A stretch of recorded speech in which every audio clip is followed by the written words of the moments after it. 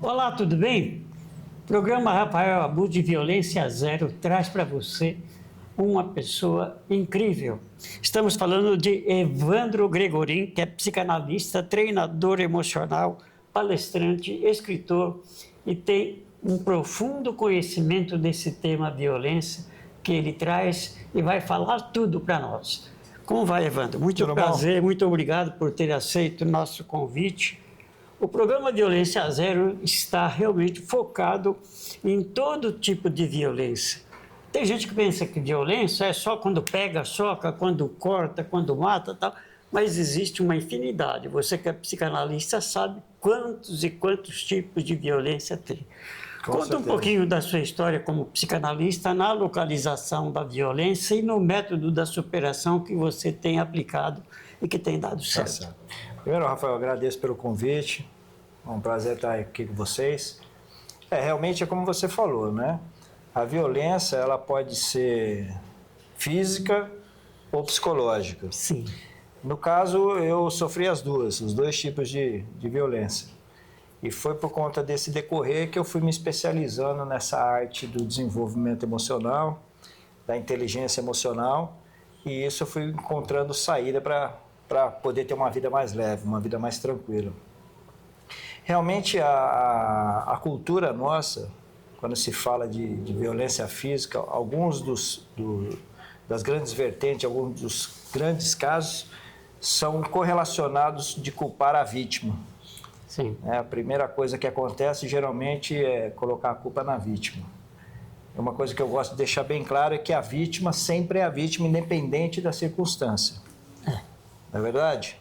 E quem vai acarretar essas consequências é a vítima. Então, eu acho que esse é um olhar principal que a gente tem que começar a dar foco. Para que a gente tenha uma tolerância zero, a gente realmente tem que direcionar para quem realmente seja o culpado, seja responsabilizado, não a vítima.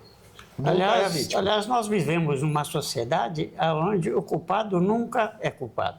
É verdade. Ele inverte as coisas, ele faz de tudo para virar o jogo, porque ele quer sair bem na história, ele quer ser o bonzinho. Né? Exatamente.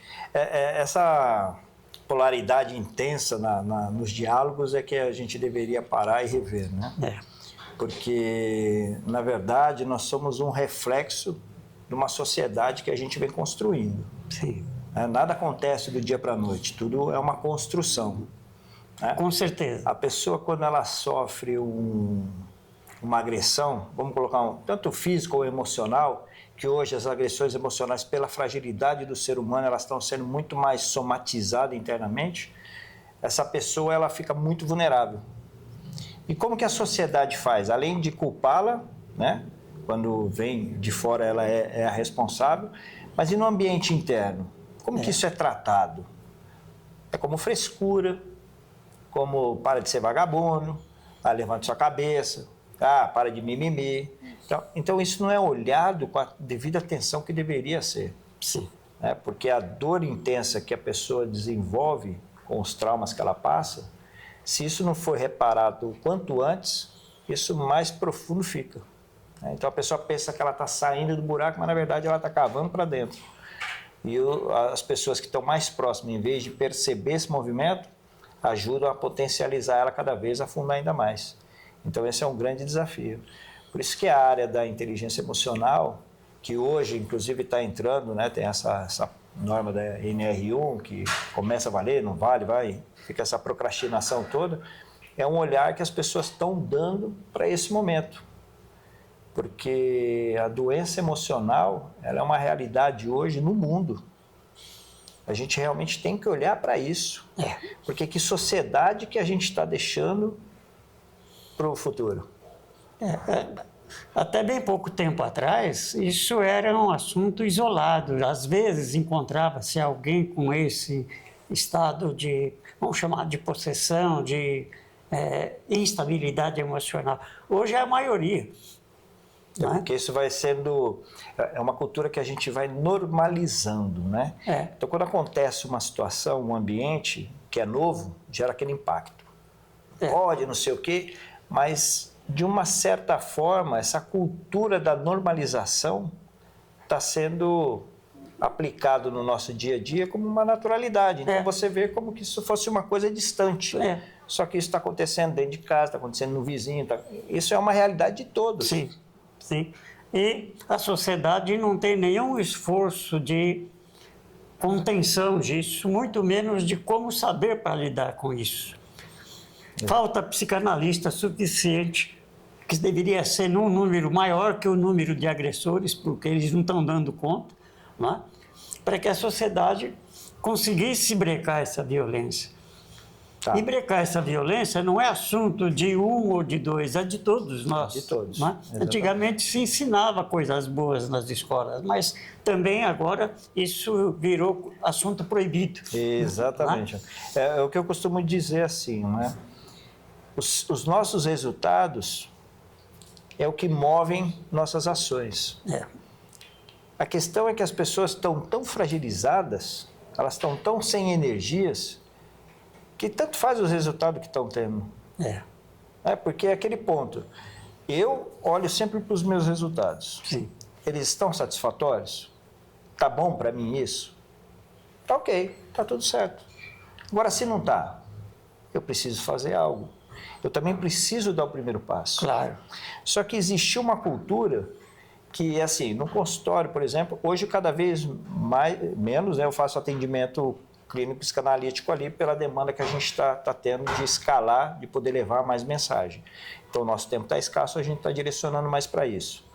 Mas o que era muito comum também é o que eu brincava com eles: você vai sentar na cadeira, no divã da sua consciência, da sua melhora, ou vai ficar na cadeira do mimimi, do vitimismo?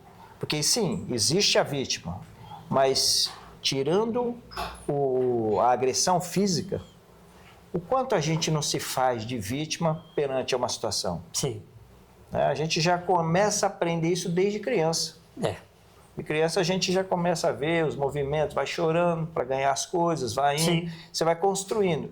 Só que essas gerações que estão se moldando, estão sendo cada vez mais potencializados nessa percepção de vida. Então isso também é um conflito. Eu acho que é uma coisa que a gente deveria olhar desde o início. Algum caso que aconteceu que você tratou, sem precisar mencionar nomes, mas que realmente conseguiu tirar a pessoa daquela prisão mental, vamos chamar assim? Pode ser eu mesmo? Pode. Perfeito. Uns anos atrás, eu trabalhava como um taxista, e aí eu fui abordado por um senhor e um jovem. No final da corrida, o senhor me deu uma gravata, né, com o seu braço esquerdo, com a mão direita ele apertou um revólver aqui e apertou o gatilho. Por sorte, a bala não saiu, o revólver, não sei qual que era a qualidade, não houve a execução. Mas eu senti realmente como se aquilo tivesse acontecido. E após disso, começou uma discussão, eles começaram a me agredir e me trancaram no porta-malas do carro. E aí eu fiquei rodando por 4 horas à noite em São Paulo, nesse porta-malas, esperando esse desfecho. Então você imagina, uma situação dessa, após uma tentativa de execução, cada movimento que o carro parava, você já imaginava que ali ia ser a sua execução definitiva. Então você imagina a situação que vai acontecendo com isso. Ao término desse episódio, eles acabaram deixando o carro, me deixaram lá e foram embora. Eu estourei o porta-malas com as costas e fui embora para casa. Aí entra aquele ponto. Você compartilha isso com a sua família, você expõe esse medo, você vai preocupá-las nesse sentido ou você guarda para você? Eu simplesmente guardei para mim. Como se isso nada tivesse acontecido. Só que os meus próximos dias começaram a não ser mais os dias que eu vivia. Eu tive uma mudança de roteiro ali. E essa mudança foi começando a reprimir o meu emocional. E aí minha vida começou a ser uma ladeira baixa sem eu mesmo perceber o que tinha sido a causa. Porque como eu saí dali, eu falei, tranquilo, tá tudo certo, vamos embora e pronto. Você tem que ser forte, porque a sociedade é isso, você não pode mostrar, você não pode ser fraco, você tem que trazer resultado. Só que isso eu fui me desmoronando emocionalmente e eu não consegui encontrar ajuda que realmente me tirasse dali. Porque, infelizmente, até alguns colegas de trabalho, alguns profissionais, realmente diziam que era frescura, Então, assim, eu sei o que é uma dor dessa.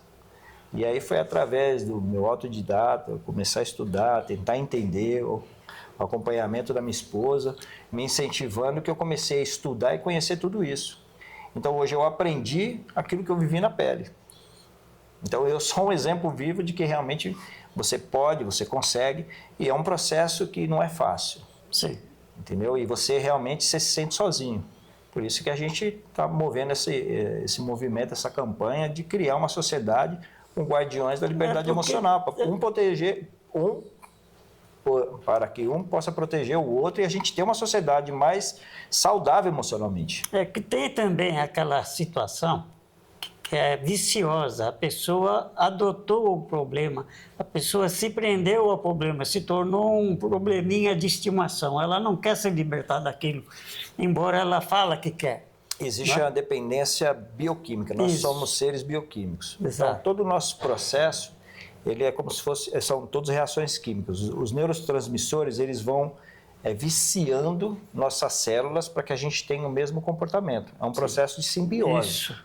Então, o que os medicamentos fazem? Alguns deles vão lá, cortam, né, rompem essa sinapse e aquilo para de ser. Só que a pessoa deixa de viver.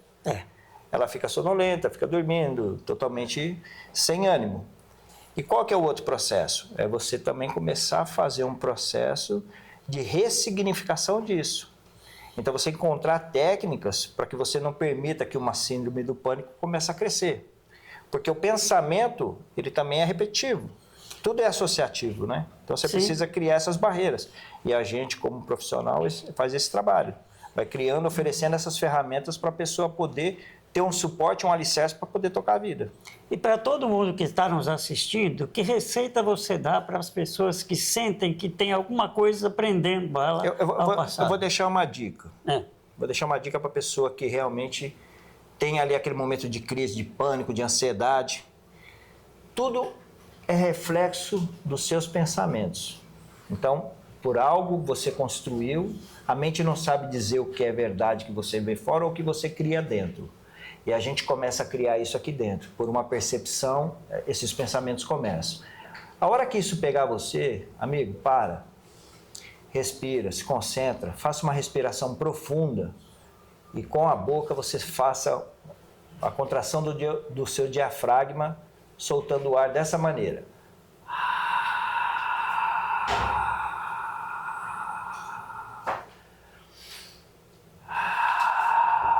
Faça isso por 3 vezes. Esse é um processo de oxigenação que corta os pensamentos do seu cérebro e você sai completamente desse ciclo. E procure a ajuda de um profissional o quanto antes, tá bom?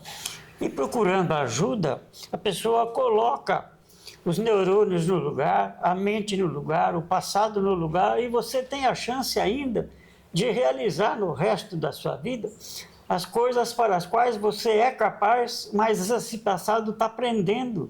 E precisa vir ministrar perdão, aplicar as técnicas de superação e se abrir o mais possível. Muito prazer de tê-lo recebido conosco. Gostaria que você, se quisesse, dar suas mídias sociais, seus contatos, porque todo mundo está precisando de ajuda. Está faltando psicanalista nesse planeta. Todo mundo precisa de ter esse acesso. É verdade. Ó, nossas redes sociais, eu trabalho como Dr. Hauti Persona, então ela é o Instagram, Dr. Hauti Persona, e no YouTube é Teatro da Vida. Então lá a gente vai trazendo todo esse material, vai falando a respeito disso.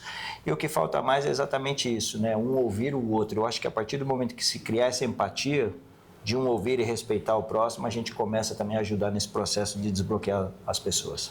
Muito obrigado pela sua participação. Obrigado. Muito prazer mesmo receber. Nosso notebook não para de vir mensagens, pena que não dá para ler todas, mas a gente vai voltar a falar porque nós precisamos juntar esforços para vencer essa violência. Por isso que é violência zero, a hora do basta. O programa Rafael Abud agradece o carinho da sua audiência. Muito obrigado.